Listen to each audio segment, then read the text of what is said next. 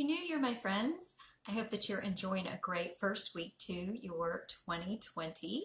And today I'm going to start a new blog series, New Year, New You. And no, it is not about New Year's resolutions, nor is it about setting goals or anything along those lines. In fact, I started off the year in kind of a challenge. I didn't feel very motivated. I couldn't come up with how I was going to start motivating others because I didn't have that word for the year like everyone else, and I couldn't come up with a resolution. Actually, I normally don't do resolutions because they don't tend to work, actually. Most of us give up on our New Year's resolutions within a few weeks.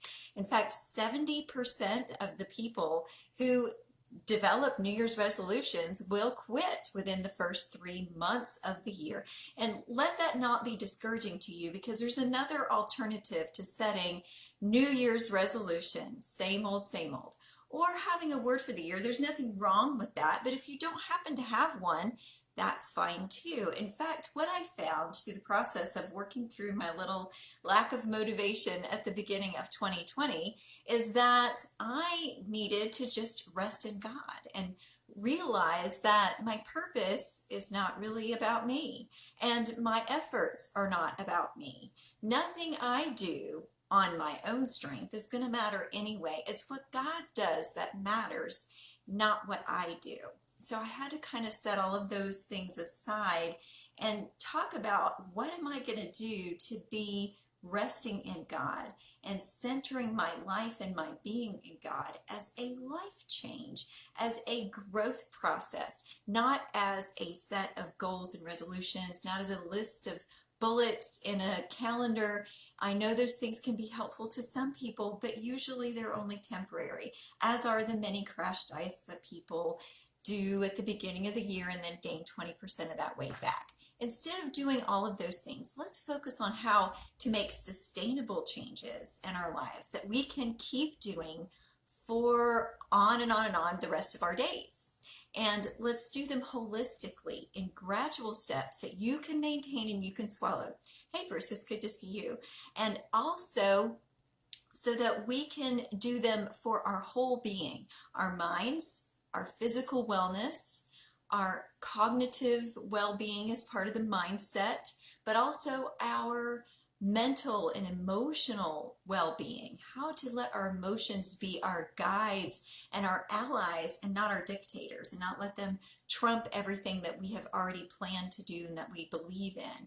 And then that comes to our spiritual well-being being the center of all of that, as I had just said. Let that be our power and our strength when everything else is not going well. Let that center us and be our daily place of strength and empowerment. And as well as that, we are, as we love God, love ourselves, and love others, going to have better relationships by centering ourselves well in our minds, in our spirits, and in our bodies. So that will also help us to be the best people we can be in relationships. And when we do all of those things well, then we'll be able to sustain that lifestyle according to God's design for us and be able to do one day at a time, one step at a time, what our real purpose is, even if we can't see long-term enough to know that full vision of where we're going and what our goals for the year and for our lives are going to be, and all of those big ominous things that we try to make predictions about. And I mean, there's a place for goals, but realistically, the best place to start, the best place to continue is centering a lifestyle on holistic well-being every day and sustaining it, and not just doing it for a little while, not doing things that you can't sustain, like those impossible fitness goals that nobody can keep up with. Let's just do those things one day at a time. And I'm going to start a series starting today with things that are like, here's some topics that I'm going to bring up. Let the diets die, and how to live your life in a nutritious way and a physically well way that's going to be sustainable, that you can keep up with. And how to live a mentally healthy lifestyle, and how to let your emotions be your allies, not your dictators, and how to have the best relationships ever on a daily basis, and doing those things that you can do that are just little tiny changes that you can keep up with things that aren't going to be impossible to sustain.